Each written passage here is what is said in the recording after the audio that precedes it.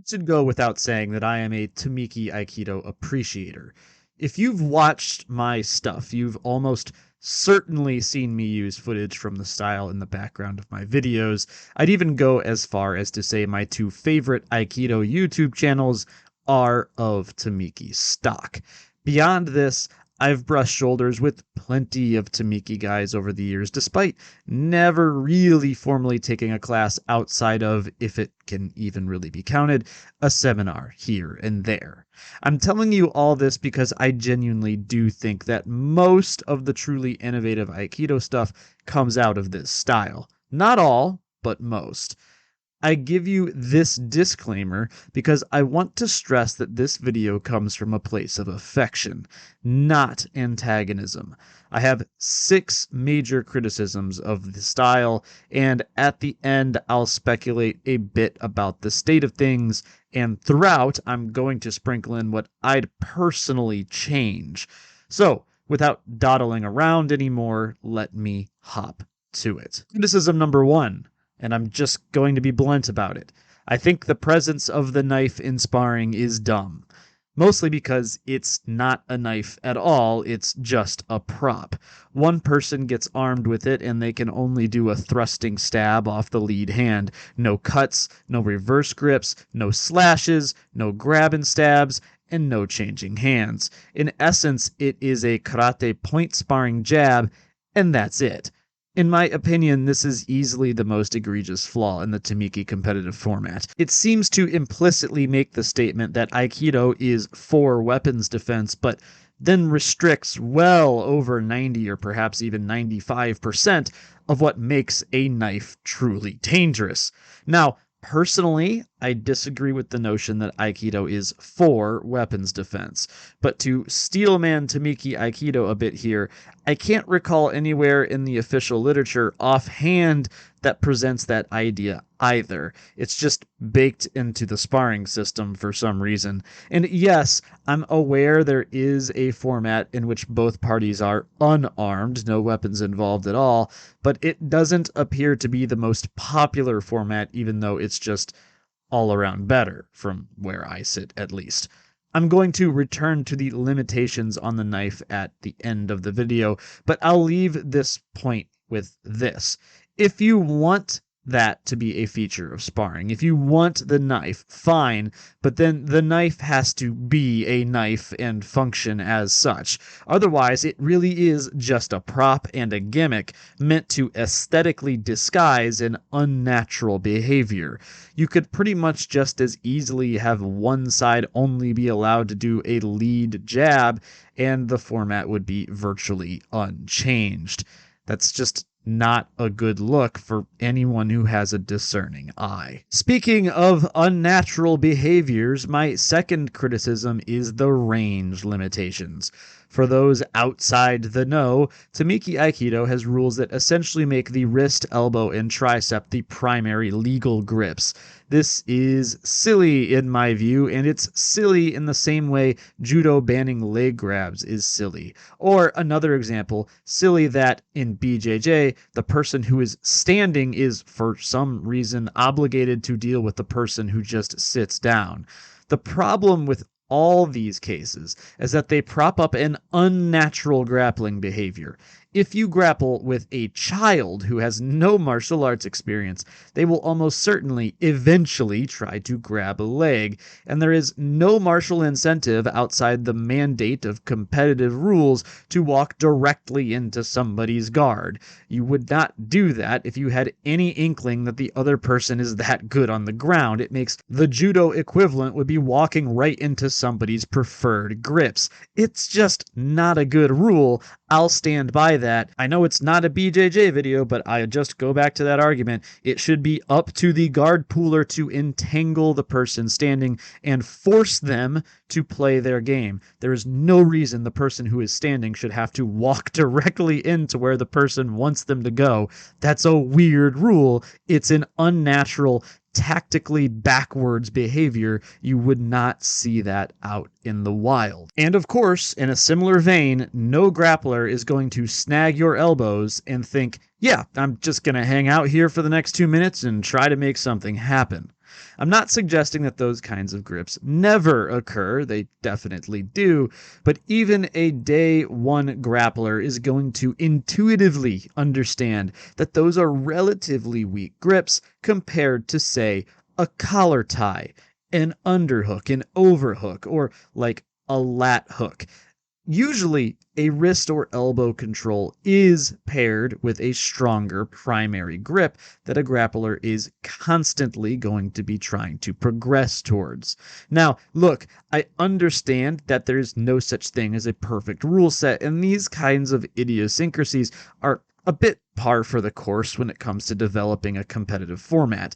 That said, I think why the judo leg grab ban and guard pulling are both considered such cardinal sins by so many people is that they just don't reflect a grappling reality outside of that very specific combat sport. Obviously, many BJJ and judo athletes are willing to accept these contrivances in the rules. I just happen to not accept them. I don't like them at all. I think they're silly. I'm willing to embrace some basic gaming of rules or general jankiness just for the sake of, having a consistent rule set, but not when the rules say, hey, that obvious tactic that you want to employ that you can just intuit would be a good idea? Yeah, you can't do that. That's banned. That doesn't feel good, nor does it reward good decision making, nor does it attract outsiders to the style, a point that I'm going to circle back around to later. I also know that one of Tomiki's big theses, and by the way, I mean Tomiki the guy here, not Tomiki the style, was that Aikido is a sort of long-range judo. And look, I have a lot of respect for Tomiki Kenji. I think he was a genuine innovator, and he was correct about a lot of things. Respectfully, I think he got this one wrong. I can think of plenty of Aikido techniques that fundamentally demand chest to chest or hip to hip or chest to shoulder proximity. Aikiotoshi, Koshinage, Kubinage, Gansekiotoshi, Riminage, and a slew of Kokyunage variations, just to name a few. I'm not blaming Kenji for testing this idea out. That is how we learn, but this just isn't an idea that really fits from where I'm sitting, especially after all the years of toying with it that we've had.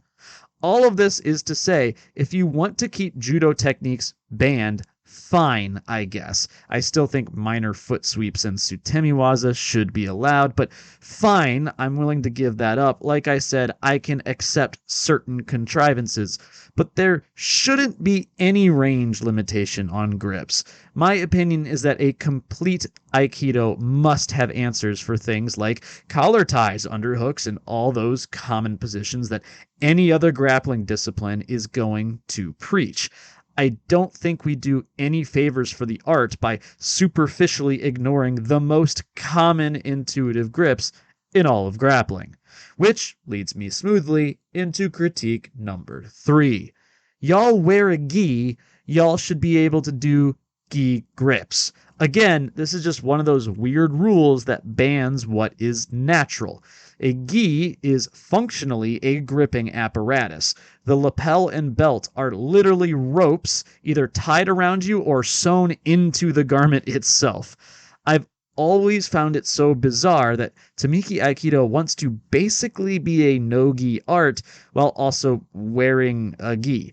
Especially in 2025, this sends mixed signals to people who might want to try the style out because no-gi and gi are so widely understood to be completely separate things in the public consciousness. Now, I get it, in the 30s and 40s of the 1900s, the no-gi scene wasn't a thing in Japan, so of course you wore a gi. But again, this is just one of those things that should be an obvious change. I'm aware there are some out there that like to argue that Aikido 2 is different from Judo because it doesn't use gi grips, but I think these people must be training with blinders on. While such grips absolutely don't have as massive a presence as, say, Judo, and gripping certainly is not as sophisticated as it is in that art, gripping the gi in Aikido has been in the system since the very beginning. especially around the collar. I'm sure I'll have a clip up on screen now showing you exactly that. Now, there are several solutions to this. Of course, you could just go completely no-gi and the issue would get resolved basically overnight. I'm not really for that though, partially because I do prefer gi grips, but actually, and even more subjectively, I just find no-gi kind of gross. I know some folks are completely unbothered, but being in a gi just feels so much cleaner and there's so much less sweat on the mat. So my proposition would be to either use shuaijiao tops, which don't use sleeves, but you could still use the collar and belt, or go back to an older 1910s, 1920s gi design, which was essentially like a t-shirt where the sleeves cut off midway down the bicep. I think there's also room for a bit of aesthetic creativity here as well, which I bring up only because I think it would be useful for Tomiki Aikido to have a uniform that is easily identifiable to the untrained eye. It's very useful for recruitment when a person can look at a uniform and just instantly recognize the style. This is something that a lot of styles have. Of course, Nogi BJJ is very identifiable with its rash guards. Judo, very identifiable with its heavy gi. Wrestling has its own uniform. And even other Aikido styles technically have a sort of differentiation with their hakama. So I really do think there probably is some room for people to get a little bit creative with the uniform here. But at the very least, if you want to keep the gi, then all gi grips should be allowed. If you don't, then just change the uniform. It's that simple. My fourth criticism has to do with training methods. So I actually think limitations on grips that I just railed against would be perfectly fine as a drill with constraints to really focus on certain concepts or techniques, just not as the supposedly holistic competitive rule set. What I'm less convinced on is the Tomiki Aikido tendency to just sort of hold hands out as a starting position to begin practicing techniques. Like, I get it. Truly new people might benefit from that simplicity, and it's not like the other Aikido styles are much better with their very unnatural chopping attacks, but even without the changes I've suggested, the most common position in contemporary Tomiki Aikido sparring is like a double elbow grip. Pretty much every technique should be trained out of that position, in my view, assuming that you're not implementing any of the changes I've previously talked about. It's much like how judo has collar and sleeve as its golden standard, and indeed, a majority of judoka fight out of some riff on that position. This is just one of those things where you should train how you want to spar so you can spar how you train. Not much else to add on to this point. Pretty self-explanatory. Number 5 will probably grind some gears, and keep in mind this isn't aimed at all at Tomiki people individually, but I have noticed that a lot of my encounters with Tomiki folks do bear this out. There seems to be a bit of a chip on a lot of the Tomiki crowd's shoulders, and it tends to relate back to the whole "we are the only Aikido style that spars." I find this sort of goofy because, well, first and foremost, the bar for sparring in Aikido was last detected somewhere in the Earth's lower mantle. Most Week 2 wrestlers could walk into a mainstream Aikikai dojo and ragdoll them effortlessly. I wish it weren't that way. Much of this channel is devoted to trying to change that phenomenon, and there are exceptions to the rule out there. But let's just be honest, Aikido is not known for participants being fantastic athletes with sparring-tested techniques. So, when Tomiki Aikido folks scoff at other Aikido systems, it feels very much like a big fish, little pond scenario. And more importantly, people just come off as snobby and unlikable, which no one really likes. I also deliberately saved this point for later in the video because, as evidenced by my previous criticisms, it isn't like Tomiki Aikido sparring is perfect from a grappling standpoint either. To be completely honest, I'll really only accept an Aikido person huffing their own farts when they can start putting judoka on their backs using solely Aikido tech in an open rules grappling format. If you can start doing that, then I will be a bit more tolerant about the whole we spar superiority fetish that some Tomiki folks seem to have. But feeling that way because you could manhandle the average person in mainstream Aikido is like patting yourself on the back for being able to defeat a kindergartner. Like, come on now, that's not that big of an achievement. Again, too, a big part of this is outside perception as well. No one likes people who put themselves on a pedestal, even people who arguably deserve to be on that pedestal. We all want our arts to grow and do well. Being charismatic, affable, open, kind, and humble are infinitely more attractive traits to newcomers and martial peers alike, as opposed to posturing as some kind of Aikido master race. And yes, I know full well the other Aikido styles tend to have this arrogance issue too. It's just as obnoxious there and even less justified. The art needs better diplomats and ambassadors. I can't help but feel like a lot of this probably comes from people not cross-training enough and talking to people from other arts. And again, I would say that Tomiki Aikido tends to be a lot more chill than some of the other more insular styles, but I have seen quite a bit of it where there's this whole, well, we spar, so we're light years ahead of the other styles, and it's like, you are ahead, but you're not as ahead as you think you are. My final critique is kind of the summation of all of this. Tomiki Aikido doesn't really reach an outside audience well. A huge reason I harped on natural behavior in the rules, uniform aesthetics, and practitioner behavior, even socially, is that whether you like it or not, we have to market to, and we have to reach people that likely know very little about Aikido, grappling, or maybe even athletics in general. When I show someone a video of Tomiki sparring, I'm usually hit with just so many questions. Why does one guy have a weapon and the other doesn't? Why don't they grab the other's clothes? Why won't he collar tie that guy? Will he ever shoot on in his legs? How do they win this match? Meanwhile, I show those same people judo or sumo and they just intuitively get it. Sure, they might have a few questions here and there, but the win conditions are pretty much self-evident. I'd even extend this to really any competitive sport. Anyone can sit down and watch a basketball game, and by the end of that game, they will understand the most important aspects and rules of the game without anyone ever having to give them an exposition dump. I've seen it in comment sections and even asked in real life. Why isn't Tomiki Aikido the most popular Aikido style? They spar. Why hasn't it naturally risen to the top?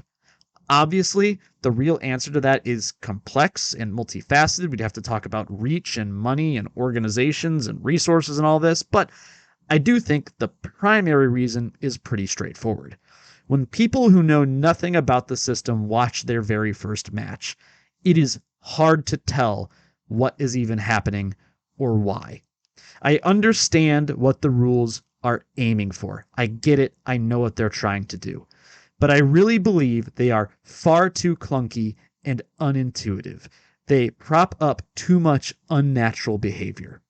For potential solutions, again, scrub back to my previous points. To wrap up, I just want to say that I think Tomiki Aikido fell into the same trap so many Japanese martial arts do. Founder paralysis.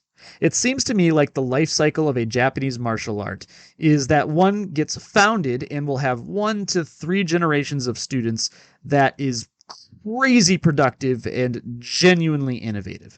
Then the founder dies, and suddenly that role gets filled by a giant bureaucracy more interested in freezing the style in place than progressing it in an effective way.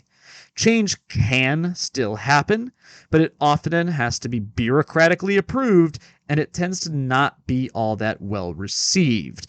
Instead, it's motivated by marketing incentives rather than martial development. Again, see the judo leg grab ban. Other innovations, even good ones, can still occur, but they almost always have to happen so quietly and so incrementally that no one can actually perceive the shift in real time. This is all, of course, a far cry from the early days when the common ethos was we are going to openly try to do new shit. We need to get back to that in Aikido. I think it would be a shame to have to break away and completely rebrand, but if that's what it takes to have just one more generation to push it the rest of the way there, maybe that's what needs to happen. I hope not, because I like Tomiki Aikido, and I think the changes I've kind of put forth in this video aren't really that big of a deal in the long run. I know people who are very invested in the art, are very deep into it, probably are going to resist me on all of this, but I don't think anything I'm saying is unreasonable. Of course, I'm biased because they're my ideas. To me, the current state of Tomiki Aikido feels like a beta test, a project that has a direction but is clearly incomplete. The thrust-only knife setup just feels like it was meant to be built up to a certain degree before introducing other attacks so people were skilled enough to handle those diverse attacks. Just as an example. The same premise could be applied to the range or grip bands. The whole system feels like it's only 30% realized, like it's a constrained drill for building up skills rather than a holistic sparring format. Now, I don't think there is much documentary evidence to support my take on this. It's just my speculation, but that is my 2 cents. And if I think this, I promise you other people can sense it too. Even those people who might have some interest in the art but have not yet committed to joining it. Again, to put a very positive spin on all of this, I still think Tomiki Aikido is often the best at the things that they are good at. I think in terms of their Ate series, like Shomenate, Geiranate, so on and so forth, in the exploration of techniques like Sumiya Tosh, they are head and shoulders above other styles in terms of technical sophistication. The addition of sparring, despite its limitations, was indeed the correct move. There is a lot to be appreciative of in modern Tomiki Aikido. This video is not to suggest otherwise, but I do think there is this tendency in Tomiki circles to believe that they are the style that has it all figured out. That isn't true. Not only is there still a lot of work to be done, and were it truly the case that Tomiki Aikido had cracked the Aikido code, it just wouldn't be nearly as fringe as it currently is, pure and simple. I'm hopeful that code can be cracked. If I had to place bets, I think the Tomiki tradition is the most likely of the 3 major Aikido styles to successfully make that leap. I think they are the most likely ones to do it, even if it means some subgroup might need to splinter away to make it happen. I would just warn against resting on one's laurels. Tomiki Aikido is certainly ahead of its Aikido peers in many ways, but personally, I won't be all that satisfied with it until it starts to be discussed alongside wrestling, judo, and BJJ, which, in my humble opinion, is still probably many, many years off. Again, I think there's a lot of work to be done. That's not a bad thing. It's just an assessment of reality from where I sit. But I digress. This is all from me for now. Feel free to roast me in the comments. I'm sure I've ruffled some Tomiki feathers. But regardless, thank you all for watching and listening. There would be no Tengu channel without you, and I will catch you all in the next one. Peace.